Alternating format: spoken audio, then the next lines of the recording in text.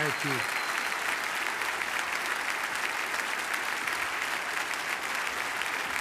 Thank you very much. Thank you.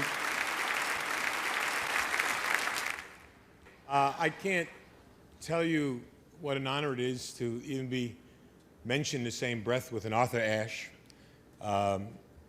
This is something I certainly will treasure forever. But as was said on the tape, I don't have one of those things going with the cue cards, so I'm going to speak longer than anybody else has spoken tonight. That's the way it goes.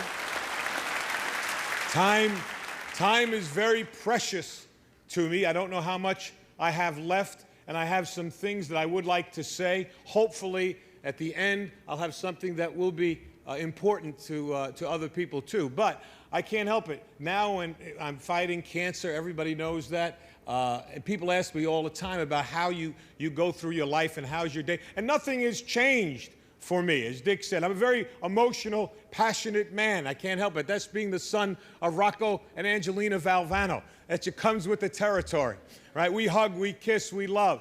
And when people say to me, how do you get through life or each day, it's the same thing. To me, there are three things we all should do every day. If we do this every day of our life, you're going to have, what a wonderful, number one is laugh.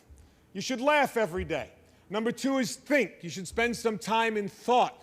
And number three is you should have your emotions moved to tears. Could be happiness or joy. But think about it. If you laugh, you think, and you cry, that's a full day. That's a heck of a day. You do that 7 days a week, you're going to have something special.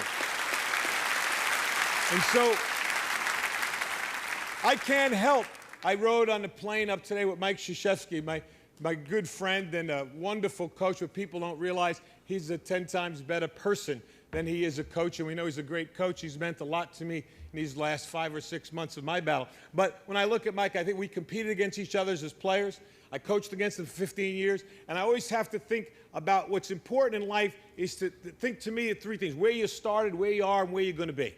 Those are the three things that I try and do every day. And, you know, when I think about getting up and giving a speech, I can't help it. I have to remember the first speech I ever gave. I was coaching at Rutgers University. That was my first job. That's wonderful.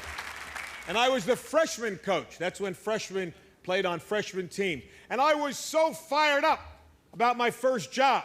I see Lou Holtz, Coach Holtz here. What was it like the first job you had, right? The very first time you stood in the locker room to give a pep talk. That's a special place, the locker room, for a coach to give a talk. So my idol as a coach was Vince Lombardi. And I read this book called Commitment to Excellence by Vince Lombardi. And in the book, Lombardi talked about the first time he spoke before his Green Bay Packer team in a locker room. They were perennial losers. And I'm reading this, and Lombardi said he was thinking, should it be a long talk, a short talk? But he wanted to be emotional. He said, be brief. And this is what he did.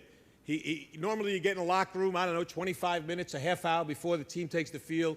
You do your little X and O's, and then you give the great Newt Rockney talk. We all do. Speech number 84. You pull them right out. You get ready. Get your squad ready. Well, this is the first one I ever gave. And I read this thing, Lombardi, what he said was he didn't go in. He waited. His team was wondering, where is he? Where is this great coach? He's not there. 10 minutes. He's still not there. 3 minutes before they have to take the field, Lombardi comes in, bangs the door open, and I think you all remember what great presence he had. Right? Great presence. And he walked in, and he just walked back and forth like this, just staring at the players. And he said, all eyes on me. And I'm reading this in this book, and I'm getting a picture of this Lombardi before his first game. And he said, gentlemen, we will be successful this year. You can focus on three things and three things only: your family, your religion, and the Green Bay Packers.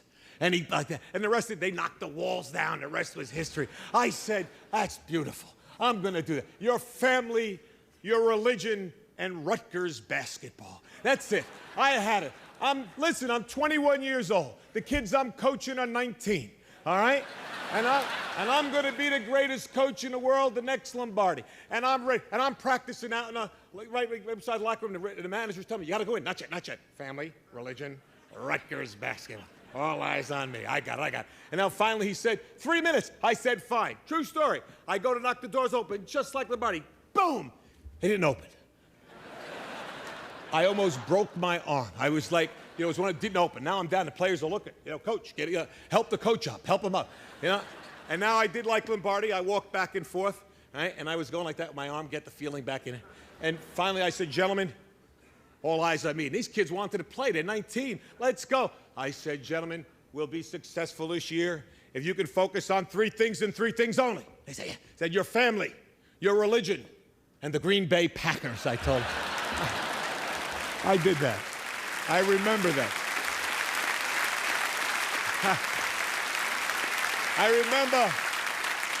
I remember where I came from. It's so important to know where you are. And I know where I am right now. How do you go from where you are to where you want to be? And I think you have to have an enthusiasm for life. You have to have a dream, a goal, and you have to be willing to work for it. I talked about my family. My family is so important. People think I have courage. The courage of my family is my wife, Pam, my 3 daughters here, Nicole, Jamie, Leanne, my mom, who is right here too.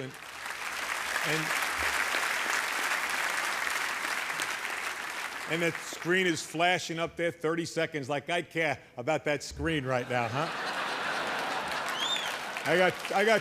I got tumors all over my body. I'm worried about some guy in the back going 30 seconds, huh? You got a lot. Hey, phenomenal, buddy. You got a lot.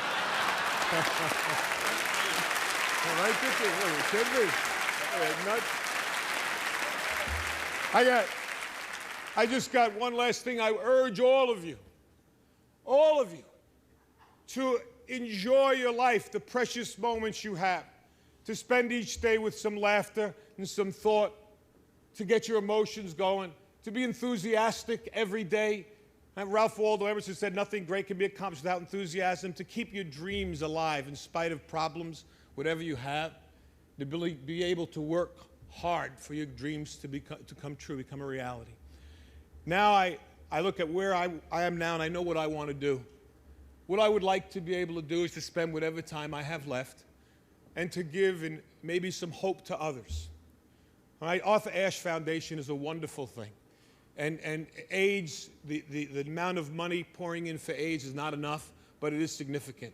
But if I told you it's 10 times the amount that goes in for cancer research. I also tell you that 500,000 people will die this year of cancer. And I also tell you that 1 in every 4 will be afflicted with this disease. And yet, for somehow, we seem to have put it in a little bit of the background. I want to bring it back on the front table. We need your help. I need your help.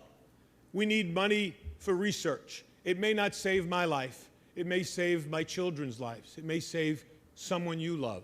And it's very important. And ESPN has been so kind to support me in this endeavor and allow me to announce tonight that with ESPN's support, which means what?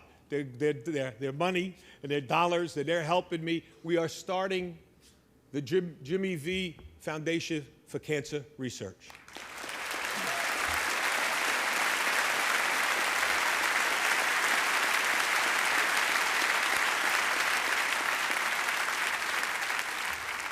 And its motto is, don't give up, don't ever give up.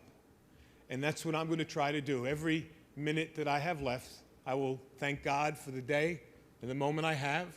And if you see me, smile and maybe give me a hug, because that's important to me too.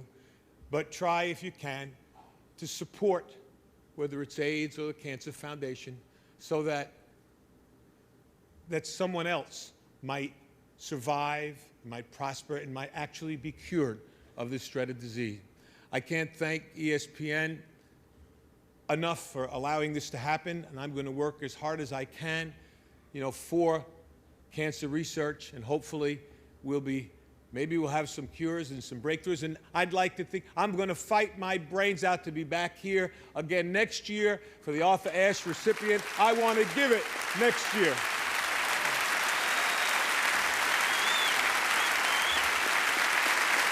I know I've got to go.